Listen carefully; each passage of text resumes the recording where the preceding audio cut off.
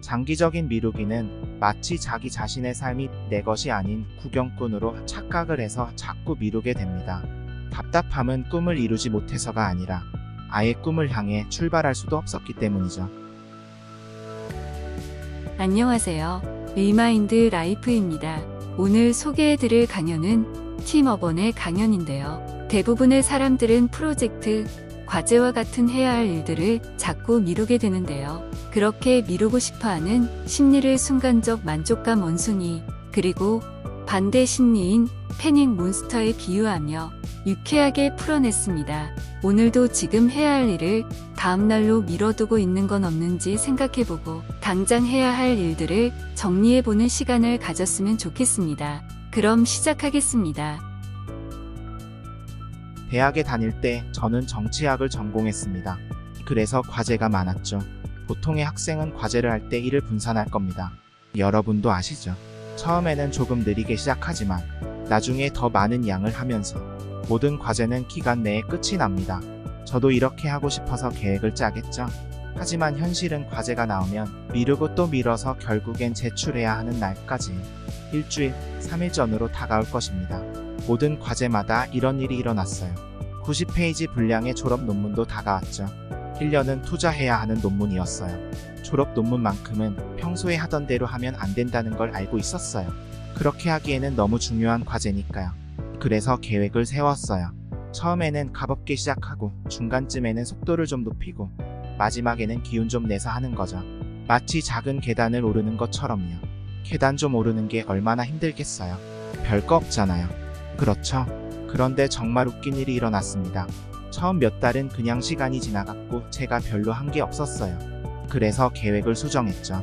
그렇게 중간 달도 그냥 지나갔고 2달은 한 달이 되고 그게 또 2주가 되었습니다.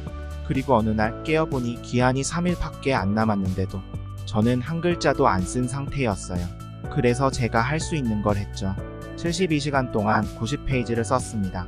하루도 아니고 이틀 밤을 꼬박 새서요. 그리고 캠퍼스를 가로질러 뛰어서는 마감 시간에 겨우 맞출 수 있었습니다. 저는 그걸로 끝난 줄 알았어요. 그런데 일주일 뒤에 학교에서 전화가 왔습니다. 학교에서 말하길 당신의 논문은 이제까지 본 것 중 최고의 논문이에요. 하지만 그런 일은 없었어요. 아주 형편없는 논문이었죠. 어쨌든 현재 저는 블로그 작가입니다. 잠깐 그런데 왜라는 블로그를 운영합니다. 몇 년 전에 미루게 되는 마음에 대한 블로그를 쓰려고 했습니다. 제 행동은 주변에 할 일을 미루지 않는 사람들을 늘 당황하게 했습니다. 저는 그들에게 설명하고 싶었어요. 할 일을 미루는 사람의 머릿속에서 벌어지는 일과 왜 우리가 자꾸 일을 미루게 되는 것인지요. 저는 한 가지 가설이 있었습니다. 할 일을 미루는 사람들의 뇌는 다른 사람들의 뇌와 다르다는 거죠. 둘 다 합리적인 의사결정자가 있지만 미루는 사람의 뇌에는 순간적 만족감 원숭이도 있죠.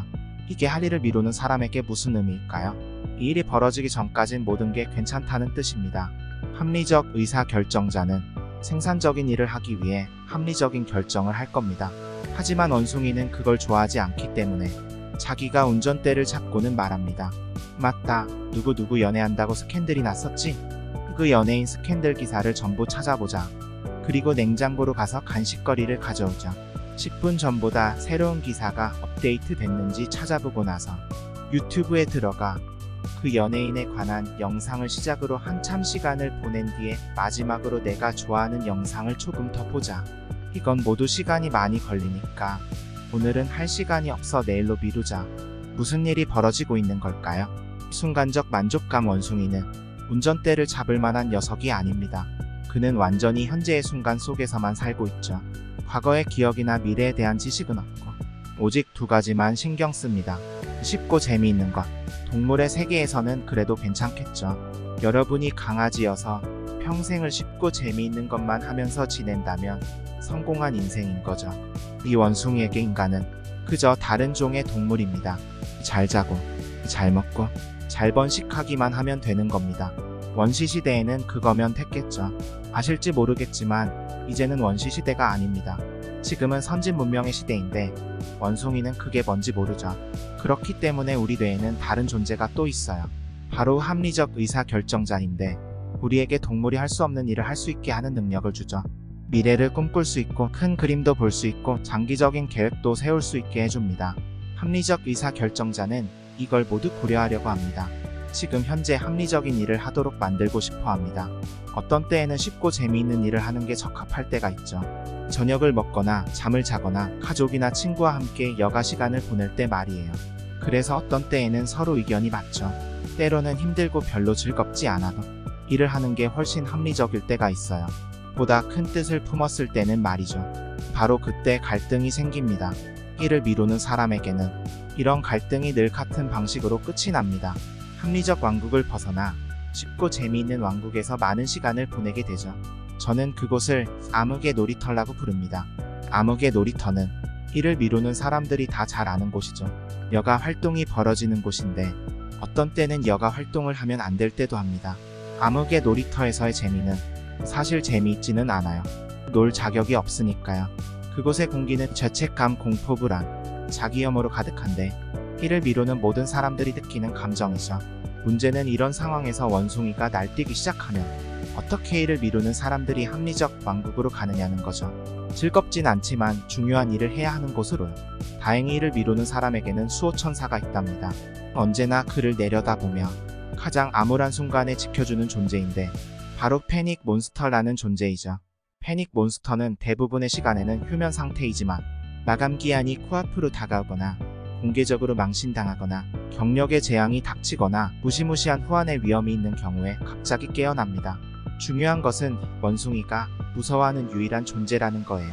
최근까지도 제 인생에서 매우 가까운 존재였습니다. 테드에서 6개월 전에 연락이 와서는 저를 강연에 초청했거든요. 물론 저는 하겠다고 했죠. 항상 테드에서 강연을 하고 싶다는 꿈이 있었거든요. 그런데 한참 신나서 들떠 있는데 합리적 의사결정자가 다른 생각이 들었나 봅니다. 교리가 뭘 수락한 건지 알지? 4% 무슨 일이 일어날 건지 확실히 해야지? 지금 당장 앉아서 시작해야 해 라고 합니다.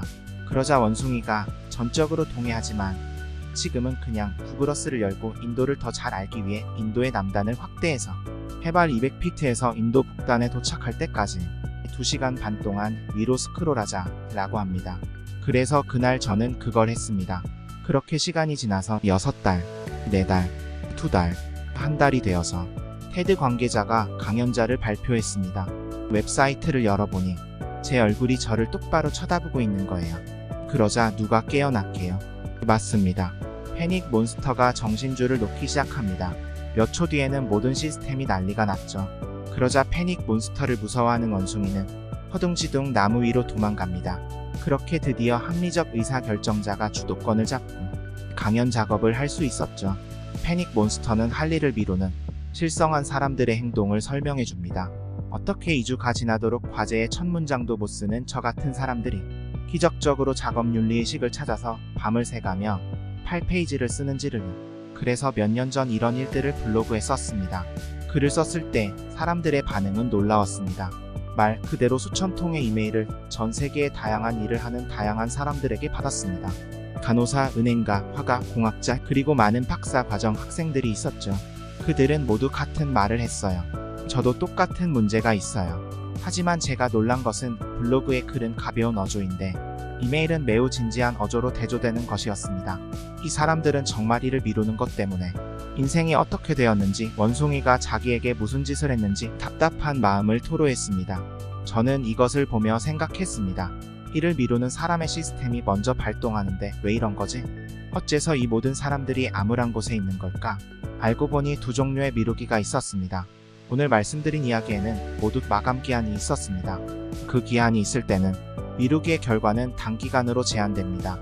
패닉 몬스터가 관여하니까요. 하지만 두 번째 종류의 미루기는 기한이 없을 때 생깁니다. 만약 예술 쪽에 관련된 일이나 자영업에 종사하고 계시다면 이런 일에는 마감 기한이 없습니다. 나서서 일을 하기 전까지는 아무 일도 일어나지 않으니까요. 직업 이외에 기한도 없는 중요한 일은 굉장히 많이 있습니다. 가족을 만나거나 운동하고 건강을 돌보고 인간관계를 잘 유지하고 잘 되지 않는 관계는 정리하는 것 등이죠. 일을 미루는 사람이 이런 어려운 일들을 하게 만들 수 있는 유일한 존재가 패닉 몬스터뿐이라면 그게 문제가 됩니다. 왜냐하면 이런 모든 일에는 마감 기한이 없어서 패닉 몬스터가 깨어나지 않거든요. 깨어날 이유가 없습니다. 그래서 미루기로 초래되는 결과가 제한되지 않고 그냥 영원히 이어집니다. 이것이 장기적인 미루기로 기한이 있는 일들보다 훨씬 잘 안 보이게 됩니다. 보통 조용히 혼자서 괴로워하죠. 이건 장기적인 불행과 후회의 원천이 될 수 있습니다. 저는 그래서 사람들이 이메일을 보냈다고 봅니다. 이런 이유로 그들은 매우 안 좋은 상황에 있는 거죠. 그들이 과제를 벼락치기로 해서 그런 게 아닙니다. 장기적인 미루기는 마치 자기 자신의 삶이 내 것이 아닌 구경꾼으로 착각을 해서 자꾸 미루게 됩니다. 답답함은 꿈을 이루지 못해서가 아니라 아예 꿈을 향해 출발할 수도 없었기 때문이죠.